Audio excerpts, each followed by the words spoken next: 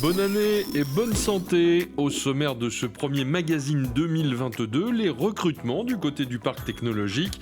Entrepreneurs et Pôle emploi travaillent ensemble. Effectivement, il y a une rencontre entre le conseiller dédié à l'entreprise de chez Pôle emploi et le chef d'entreprise qui souhaite recruter. À suivre, Lavrul au quotidien, son incubateur facilite le démarrage des entreprises high-tech.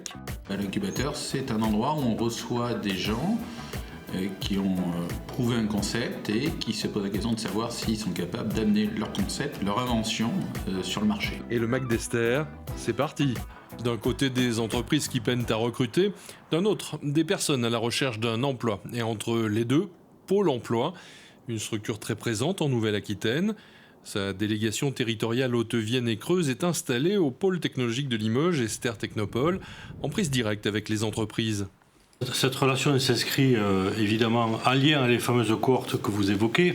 Au début de l'histoire de cette rencontre finale entre l'offre et la demande, le recruteur et le futur recruté, le demandeur d'emploi qui devient candidat, effectivement il y a une rencontre entre le conseiller dédié à l'entreprise de chez Pôle emploi et le chef d'entreprise qui souhaite recruter. Donc le début de l'histoire, c'est tout d'abord un diagnostic partagé, où on amène à l'entreprise à la fois la connaissance du marché du travail qui est le nôtre. Donc ça permet aux conseillers à la fois d'amener des éléments d'alerte. Aujourd'hui, le marché est en tension sur quasiment tous les secteurs. Donc dans le rôle de conseil de Pôle emploi et de son conseiller, évidemment, il y a la mise en perspective et en relief des difficultés prévisibles auxquelles on peut être confronté lorsqu'on va recruter. Les conseillers d'entreprise vont à la rencontre des employeurs, vont faire des analyses de postes pour pouvoir justement définir avec les employeurs quels sont leurs besoins et au plus près pour définir quelles sont les compétences, quelles sont les qualifications, quel est l'environnement de travail, tout simplement, des personnes, donc des postes qui sont à pourvoir. Non seulement un CV ne suffit pas, puisqu'on peut mentir sur un CV. Donc ça c'est clair qu'un CV ne suffit pas. Moi je trouve très bien ce qu'on fait avec Pôle emploi, c'est une période d'immersion. Je trouve que c'est très intéressant de pouvoir voir la personne arriver avec tout ce que ça comporte, la timidité, le savoir.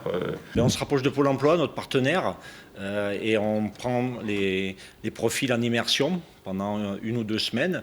Et derrière, on détermine un plan de formation pour leur amener les compétences requises. Et le savoir-faire de Pôle emploi est donc mis à disposition des entrepreneurs via le conseiller en charge. Notre plus-value, elle vient plutôt sur le conseil, elle vient plutôt sur l'accompagnement au diagnostic que j'évoquais tout à l'heure sur le besoin et à la résolution des sujets que l'on doit traiter pour réussir un recrutement.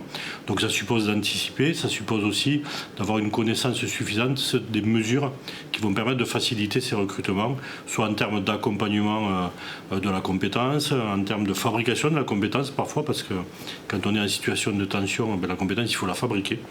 Donc ce qui renvoie aussi à cette nécessaire anticipation, puisque pour fabriquer la compétence, il faut l'avoir identifiée en amont, il faut prendre un petit peu de temps pour former les gens.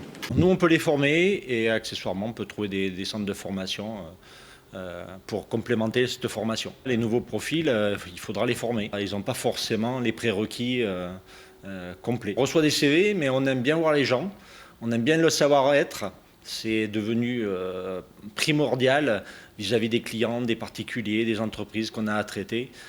Le savoir-être est le minimum requis maintenant, et après tout le reste des compétences, on peut les acquérir. On a une organisation interne qui permet de s'intégrer progressivement, et nous, derrière, au niveau de l'organisation, on est un peu cadré par la convention collective de la métallurgie, et puis on met tout ça progressivement. On est vraiment sur du prêt-à-porter, de formation.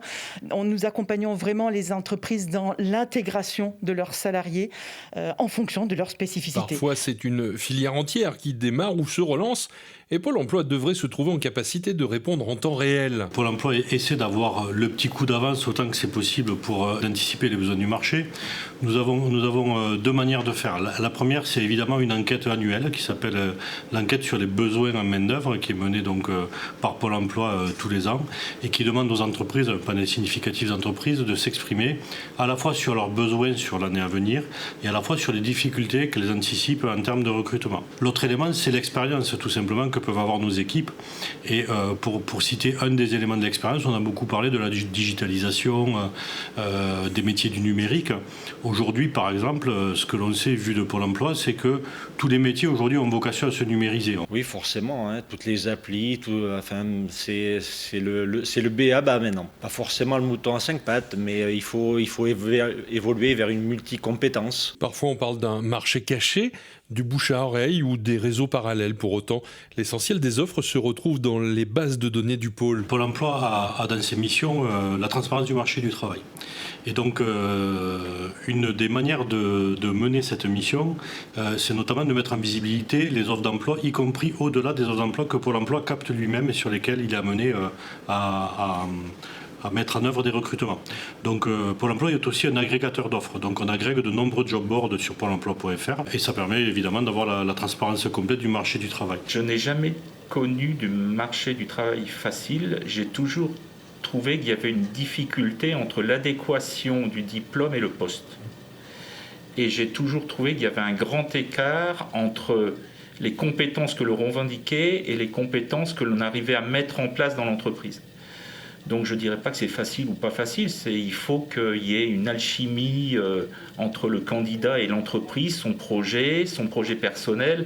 C'est plutôt nous tout ça qu'on regarde, qu'on essaie de mesurer. Et désormais, un outil numérique de Pôle emploi permet de cibler l'envoi de candidatures par métier et par secteur géographique. La bonne botte, ça permet quoi? Ça permet d'anticiper et de prévoir et de guider les candidats sur les meilleures candidatures spontanées à faire en fonction du territoire sur lequel il est. Donc ça permet, grâce à l'utilisation du Big Data, de permettre aux candidats de cibler leur candidature spontanée.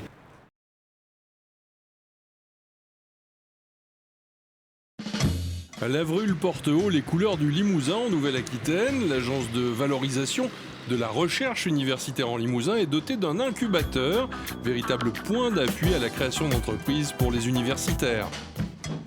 L'incubateur, c'est un endroit où on reçoit des gens qui ont prouvé un concept et qui se posent la question de savoir s'ils sont capables d'amener leur concept, leur invention sur le marché. Beaucoup d'ingénieurs, de docteurs, puisque notre tutelle est dans le ministère de la Recherche, eh bien, il y a une problématique de recherche, voire de R&D quelquefois, mais majoritairement, oui, c'est le cas, ce sont des gens qui font des choses où il y a des barrières à l'entrée, des choses techniquement difficiles à réaliser. L'incubation peut durer jusqu'à 24 mois et c'est une période utile qui permet d'ajuster un projet, voire de se tromper et de pouvoir recommencer. Oui, ça nous a permis donc, de développer de la technologie et de pouvoir sonder plusieurs marchés pour savoir comment est-ce qu'on allait aborder le marché finalement et avec quelle technologie. Un incubateur, comme son nom l'indique, effectivement, c'est fait pour maturer un peu plus qu'une idée, un projet dans un monde qui est souvent incertain. Donc on est dans l'innovation, donc il y a ce qu'on appelle la résistance au changement et on va essayer de minimiser au maximum les risques économiques par un accompagnement d'un chargé d'affaires, par exemple, qui va pointer chaque point important du projet, que ce soit le prix, l'accès au marché, le dimensionnement du financement, etc. Donc on est là, on est des minimisateurs de risques, en fait. Au cœur du bâtiment central d'Ester, l'incubateur reçoit en open space ou en bureaux individuels les porteurs de projets. Une communauté se crée au gré des arrivées et des départs. Le maître mot est la proximité. Donc les porteurs de projets sont hébergés. Ça nous permet de les voir fréquemment. Et puis chaque fois qu'il y a un point à faire de façon informelle, on est à côté et on le fait. Mathias est un pur technicien, donc un scientifique. Et il crée avec une équipe de scientifiques d'ailleurs. Et le point de travail actuel, c'est d'arriver à bien modéliser la stratégie commerciale pour ensuite aller rapidement au marché, sachant que le projet est avancé. Mathias, comment est-ce que vous êtes arrivé à l'incubateur? Qu'est-ce qui vous a fléché sur cet organisme en sortant de votre formation? Alors, moi, j'ai bénéficié donc d'un financement Aliénor Transfert. Aliénor Transfert, ça permet en fait de transférer, c'est des fonds pour transférer les technologies du laboratoire à l'entreprise. Et en fait, c'était la suite logique de ce transfert. On a créé une technologie et donc après, on monte la start-up avec l'incubateur et on lance l'entreprise. Ecometric, en fait, c'est une start-up qui vise à développer l'utilisation d'échantillonneurs passifs, ce qu'on appelle, c'est ce genre de dispositif qu'on laisse dans les cours d'eau. En fait, ils vont capter tous les micropolluants qui passent. Les micropolluants, c'est les pesticides, les hormones, résidus pharmaceutiques, ce genre de choses. En fait, on les laisse pendant 15 jours, et pendant 15 jours, ils vont voir toutes les molécules qui passent. Bien sûr, c'est un cadre rassurant, puisqu'il y a des personnes, il y a aussi un lieu où on peut être. ce qui fait que ça permet de ne pas réfléchir à toutes ces problématiques-là. L'état d'esprit, c'est qu'on doit encore accélérer pour pouvoir vendre un produit assez rapidement, en sachant qu'on envisage aussi de faire un peu de prestations à côté. Mais voilà, on est sur une période où on va sortir et donc où il faut qu'on ait une rentabilité pour pouvoir s'assumer tout seul. En fait, on constitue un binôme assez rapidement dès le début de l'incubation et on mature le projet ensemble, ce qui fait qu'on forme une équipe et c'est difficile de dire si on est extérieur ou interne au projet. On forme vraiment une équipe la plus soudée possible pour essayer de faire un diagnostic précis du projet et après de travailler ensemble les points de vigilance. Donc on est vraiment très proches des porteurs de projets. Si je dis que vous êtes un chargé d'affaires tout-terrain, c'est-à-dire quelle que soit la discipline, vous, ce qui vous intéresse, c'est la mécanique de l'entreprise. C'est la mécanique de l'entreprise, c'est surtout créer de la valeur sur le projet, le valoriser le plus tôt possible.